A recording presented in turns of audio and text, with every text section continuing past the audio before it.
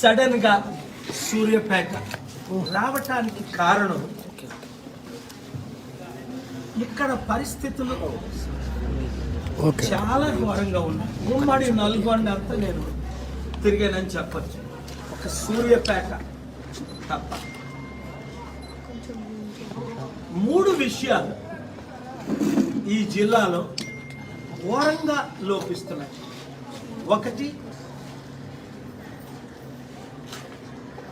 అవినీతి, నీతిపరమైన రాజకీయాలు చేసే నాయకుడు ఒక్కరు కూడా లేరు. అందరూ అవినీతి పరులే. భూ కబ్జాలు అవుతున్నాయి. నిరుద్యోగులకు ఉద్యోగాలు ఇస్తారని ఇవ్వలేదు.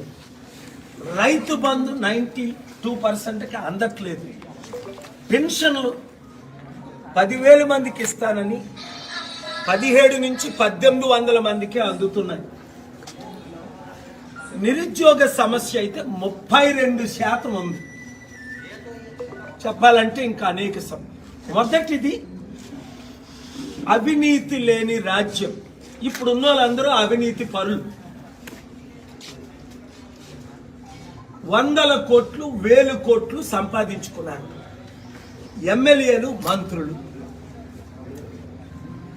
నేను చెప్పింది సత్యమని 100కి 91% తెలుగు ప్రజలు ఒప్పుకుంటున్నారు.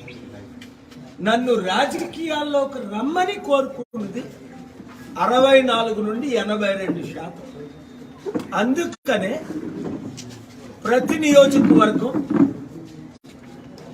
వీలైతే మార్చి లోపుని ప్రతి మండలం తిరిగి కోఆర్డినేటర్స్ ని అపాయింట్ చేస్తాం. ఒకటి, అవినీతి లేని రాజ్యం, ప్రజాశాంతి.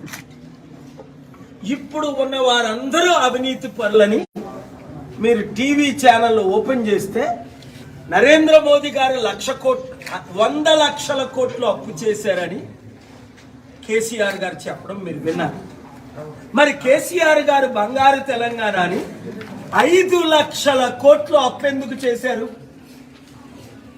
రెండోది, మొన్న కేసీఆర్ గారు చెప్పారు 47 కోట్ల ఎకరాలకి నేను ఉచిత విద్యుత్ ఇస్తాను, దేశమంతా రైతు బంధు ఇస్తాను. మరి కేసీఆర్ గారు 1 కోటి ఎకరాలకి ఉచిత విద్యుత్ ఇవ్వట్లేదు, కనీసం 1 కోటి ఎకరాలు పండించట్లేదు, కనీసం 1 కోటి కుటుంబాలకి ఉద్యోగం ఇస్తామని చెప్పి ఇప్పటికీ 1,00,000 ఉద్యోగాలు ఇవ్వలేదు. 89,000 ఉద్యోగాలు ఇచ్చారు 9 సంవత్సరాలు. అంటే సంవత్సరానికి 10,000 ఉద్యోగాలు. అంటే నేను 30 లక్షల ఉద్యోగాలు హైదరాబాద్ తెచ్చినప్పుడు చంద్రబాబు నాయుడు గారి ఎమ్మెల్యే, నరేంద్ర మోదీ గారి ఎమ్మెల్యే కొడుకారు, కేసీఆర్ గారి ఎమ్మెల్యే, రాజశేఖర రెడ్డి గారి ఎమ్మెల్యే. అడవి లాంటి హైదరాబాద్ ని బిల్ గేట్స్ ని, బిల్ క్లింటన్ ని, జార్జ్ బుష్ని, గూగుల్, మైక్రోసాఫ్ట్ కంపెనీల్ని, కొన్ని 100 కంపెనీలు తెచ్చిన విషయం అందరికీ తెలుసు.